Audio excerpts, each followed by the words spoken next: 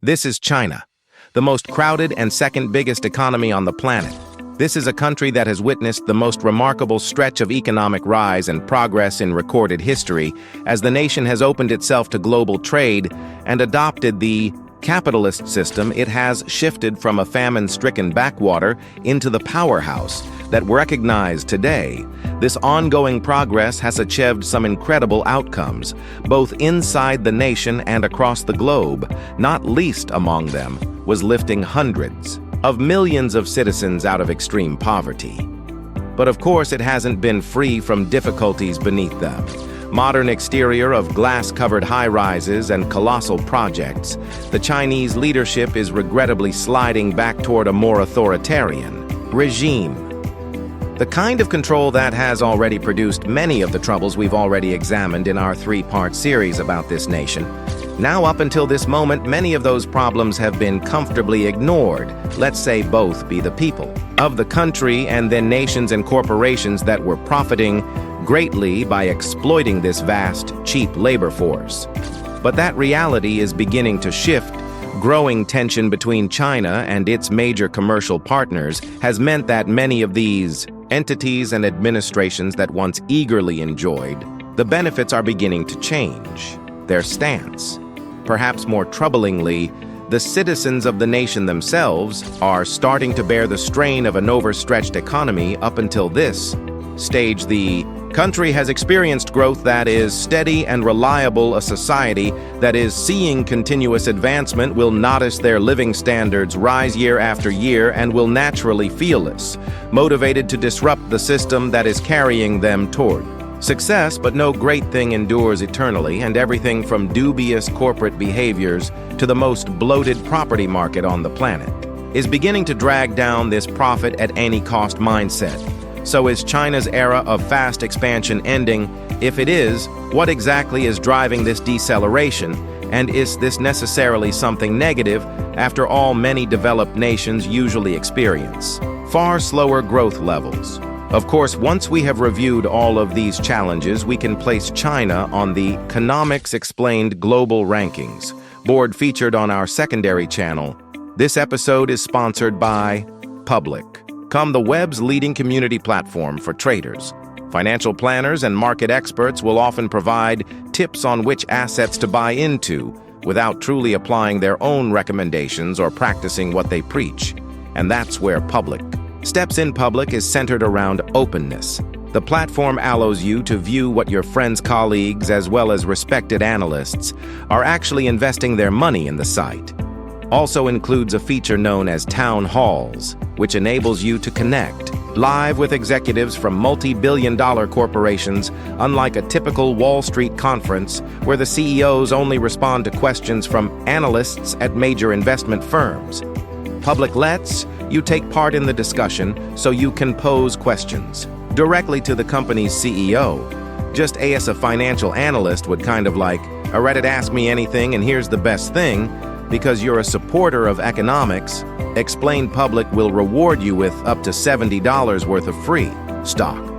Once you register using our referral and deposit a minimum of $1, simply open your phone's camera to scan the QR code displayed on screen.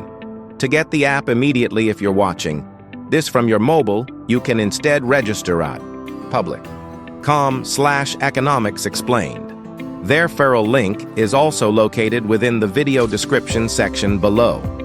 Okay, before we dive into everything, it's time for the major disclaimer. Chinese information sources, especially those concerning the economy, are not especially dependable, to say the least.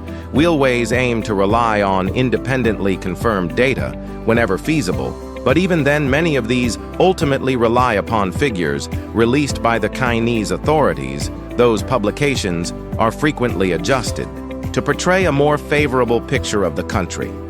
This is in a way an issue unique to China, and I constantly advise my audience to question the credibility, accuracy, and trustworthiness of any data presented regardless of who publishes it.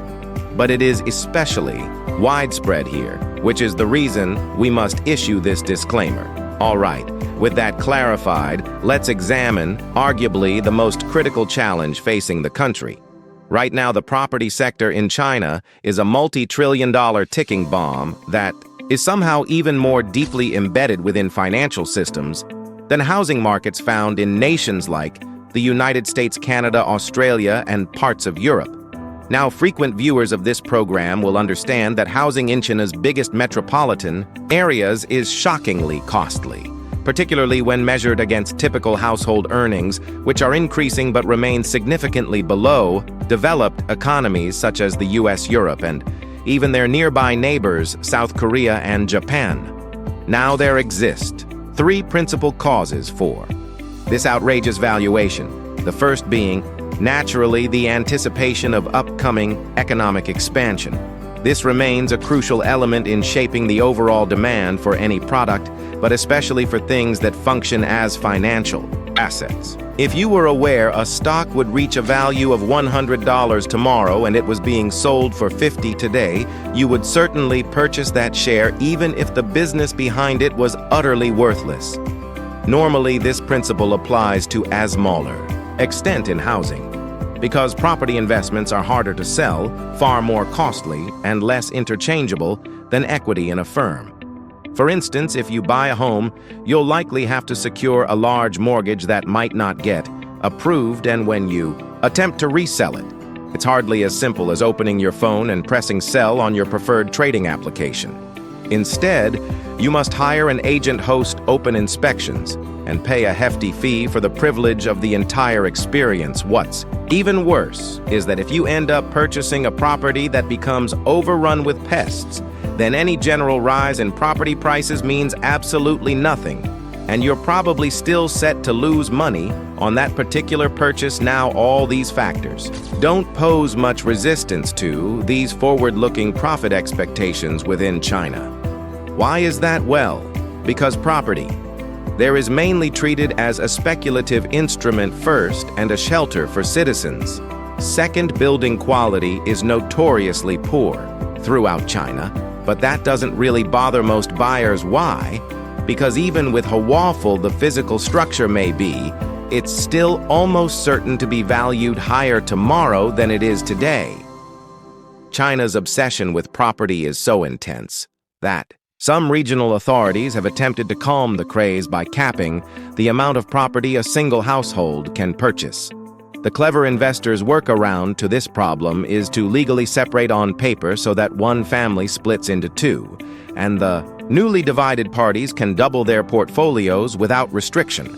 China's economic rise has been extraordinary, and the most effective way for citizens to benefit from that surge is by investing heavily in property. If China's economy keeps doubling in scale every 8 years, then paying 5 million RMB for an aging apartment might appear to be a brilliant move. This mirrors closely the situation of tech firms in the United States that may have weak financial foundations, yet experience long periods of sustained valuation growth, driven by expectations of future profits, which in turn keeps pushing valuations higher.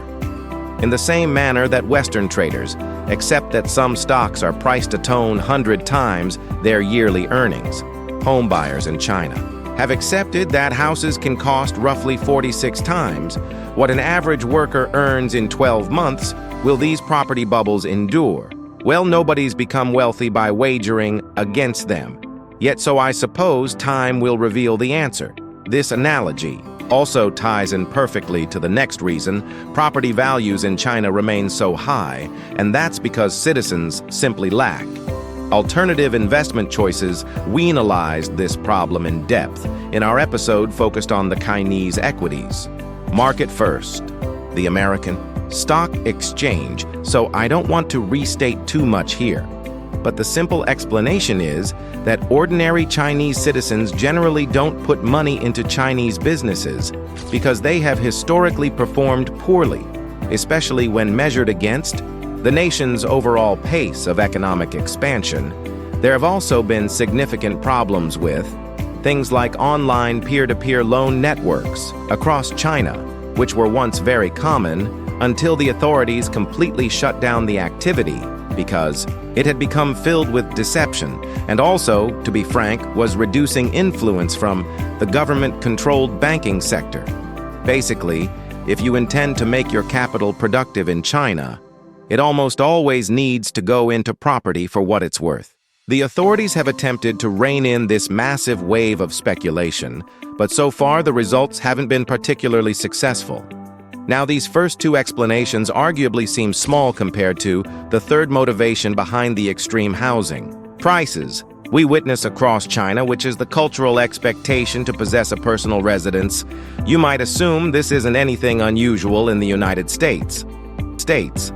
Everyone from respected finance experts to your know-it-all relatives will lecture endlessly about the importance of buying a home. But China amplifies this societal pressure dramatically, thanks to the one-child policy creating a gender imbalance. In the country, many Chinese men have discovered it's nearly impossible to find a spouse without first owning property beyond that.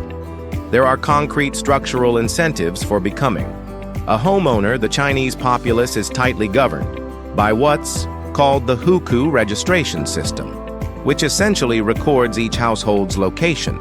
This framework identifies where an individual's main residence exists, and from that determines where they gain access to government services such as medical care and education opportunities for their children. The domestic migrant workforce within China is enormous. Many people from rural regions abandon their small towns to relocate to urban hubs where they can earn considerably higher salaries. The challenge is that these migrant employees technically remain registered in their original hometown, which means they're denied even the most basic public services in the metropolitan areas where they live and work because of this hukou registration law. This also represents one of the primary reasons we observe Chinese children remaining at home with their grandparents while their parents work long hours in the city. It's not that the parents refuse to bring them along, it's that their children are unable to attend local schools there.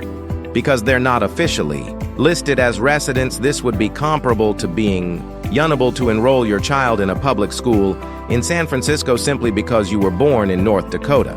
Now, the fix for this issue on an individual basis is to purchase property.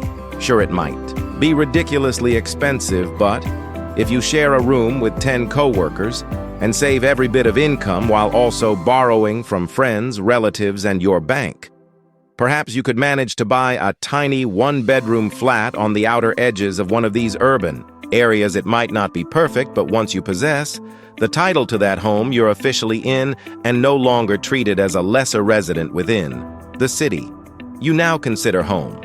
This isn't a me-nor situation either. In places like Beijing, nearly 1/3 of all inhabitants consist of these officially rural laborers.